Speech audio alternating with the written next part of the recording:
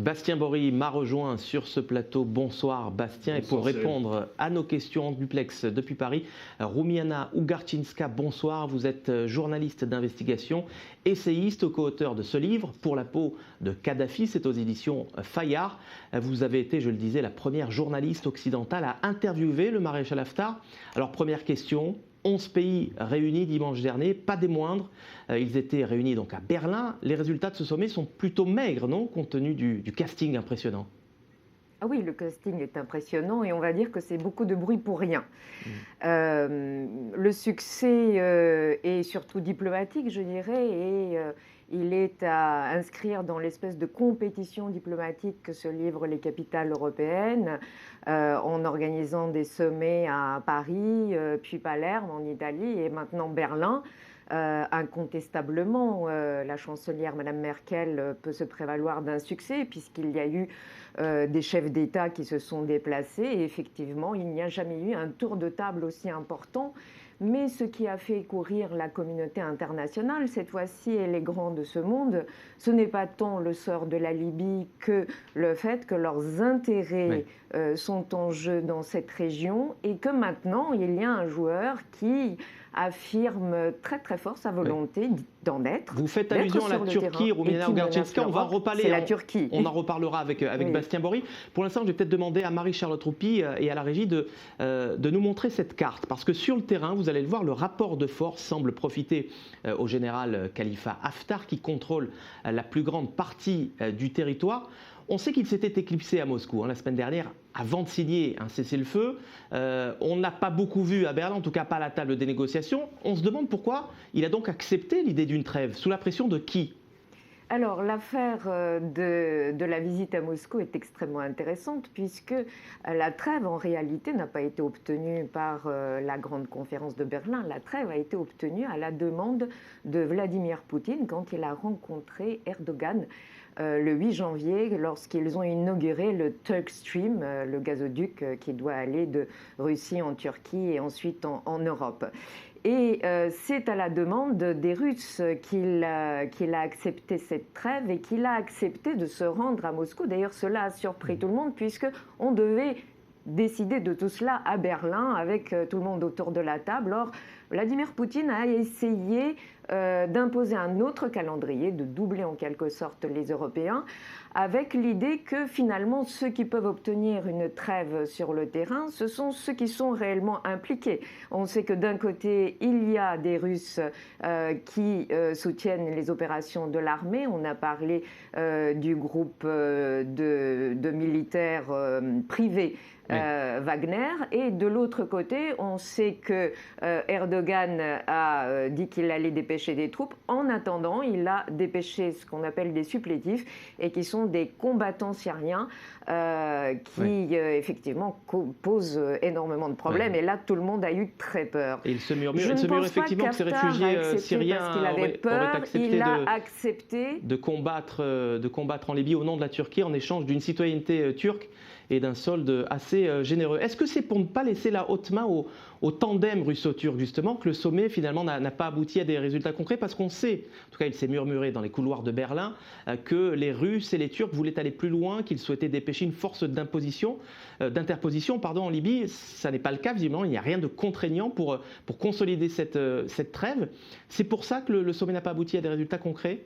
Non, je dirais que le sommet s'est tenu plus rapidement que ce qu'on espérait, justement parce que ce tandem a manifesté sa volonté d'envoyer des forces d'interposition, ce qui était hors de question, et c'est pour ça d'ailleurs que le maréchal Haftar s'est opposé à ce qui lui a été proposé, entre autres, mais aussi parce qu'il n'y avait pas de démantèlement des milices, pas de garantie sur les retraits des Syriens, qu'on lui demandait de retirer ses troupes jusqu'à l'Est, donc c'était des conditions non acceptables. Mais la date de Berlin a été fixée dès qu'on a su que les deux protagonistes se rendaient à Moscou et qu'ils rencontraient le tandem russo-turc. Et là, on a tout de suite ensuite fixé une date qu'on attendait depuis 4 mois. Ce sommet a été reporté à de multiples reprises. Pourquoi? Parce qu'il n'y a pas de consensus, non seulement entre les partis, mais entre ceux qui souhaitent ou sont censés les convaincre de faire la paix. Ouais. Alors on en arrive à notre sujet, celui que vous évoquiez durant votre première réponse, c'est l'arrivée tardive de la Turquie, de ce nouvel acteur dans le conflit libyen. Il était encore très en retrait il y a encore un mois, et là il y arrive de toutes ses forces. Pourtant c'est un conflit qui rentre dans sa 9e année. Comment expliquer cette arrivée tardive d'Ankara dans ce conflit? Alors Ankara est dans ce conflit depuis très longtemps. Ce qui a changé, c'est qu'aujourd'hui, on a braqué les projecteurs sur cette affaire et qu'il y a eu un degré de plus dans la volonté et la surenchère d'Ankara d'être sur place, avec la promesse d'envoyer des troupes. Mais la Turquie est présente dans ce conflit depuis le tout départ.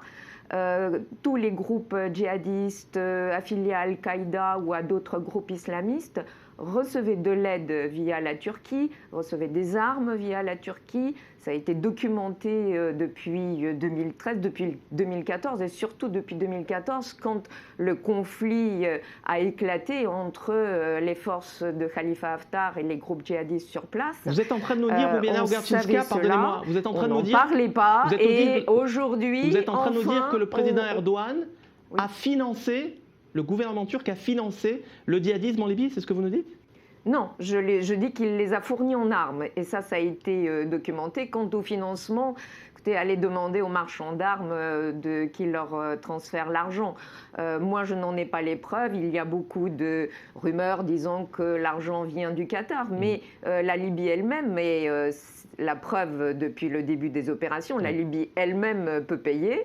Il y a eu des achats qui ont été opérés via Tripoli. Et depuis le début du conflit à Tripoli, des armes turques arrivent, des drones turcs arrivent. Il y en a eu une vingtaine qui ont été détruits par l'aviation du maréchal Haftar. Il y a eu des dizaines et des dizaines de blindés. Il y a eu des munitions, des armes. Donc dire que la Turquie vient tout juste d'arriver, c'est faux, mais on ne s'en préoccupait pas parce que ça ne faisait pas aussi peur. Il n'y avait pas les Syriens sur place. Hyper médiatisé. Alors en échange, on a bien compris que la Turquie avait offert son parrainage militaire à la Libye, en tout cas au gouvernement de Tripoli de Fayez Sarraj. Bastien Bory, en échange de ce parrainage, les deux pays ont tracé à Ankara tout récemment leurs frontières maritimes communes, qui ne plaît pas du tout aux voisins, à commencer par la Grèce et surtout par l'Égypte. Absolument. Il y a deux groupes de pays, on va dire, Cyril, qui s'affrontent en mer de Méditerranée orientale. D'un côté, la Grèce, Chypre et Israël avec ce projet EastMed, et de l'autre, le Turk Stream, tel que l'a dit Roumania, avec la Turquie et la Russie. Ces deux gazoducs qui ont fait une ambition assez similaire, celle d'alimenter l'Europe. L'Europe, d'ailleurs, qui, on le voit bien, ne prend parti... dispersé entre Emmanuel Macron et les Italiens. Ne prend pas parti ni pour l'un ni pour l'autre, vous l'avez dit. Le problème, c'est qu'au milieu, il y a l'Égypte, vous l'avez dit, qui voit sa route gazière, on va dire, vers l'Europe, barrée par ces projets turcs. Le problème, c'est qu'à trop laisser faire, l'Europe prend le risque de voir cet affrontement entre Égypte et Turquie se concrétiser en mer de Méditerranée. Ma question est pour vous, Roumania Ugarchinska. On sait les contentieux extrêmement nombreux entre Égyptiens et Turcs, et des contentieux qui vont d'ailleurs au-delà du gaz. Comment est-ce que l'Égypte peut empêcher ces projets turcs en Méditerranée ?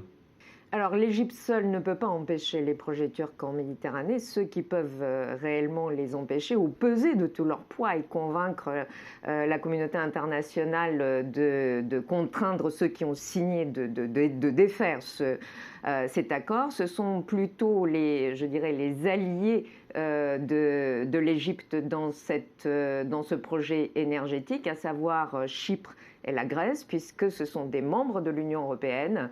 Ils en ont appelé à la solidarité européenne, aux institutions internationales. La Grèce, dans cette affaire, est très en pointe. Ils sont très en colère. Ils n'ont pas été invités à Berlin alors qu'ils se sentent concernés.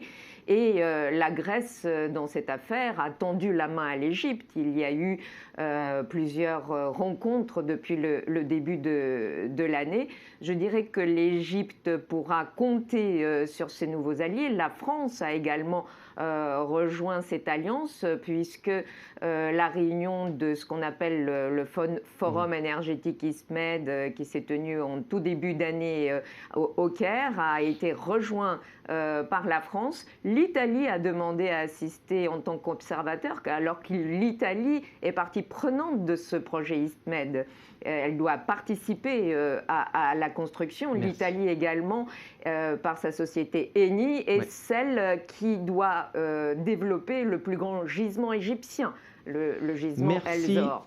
Donc, vous voyez que les intérêts sont multiples dans cette affaire et l'Égypte ne sera pas toute seule à affronter la Turquie. Merci Roumiana Urgarcinska. Je rappelle que vous êtes journaliste d'investigation, spécialiste de la Libye. Merci d'avoir répondu à notre invitation.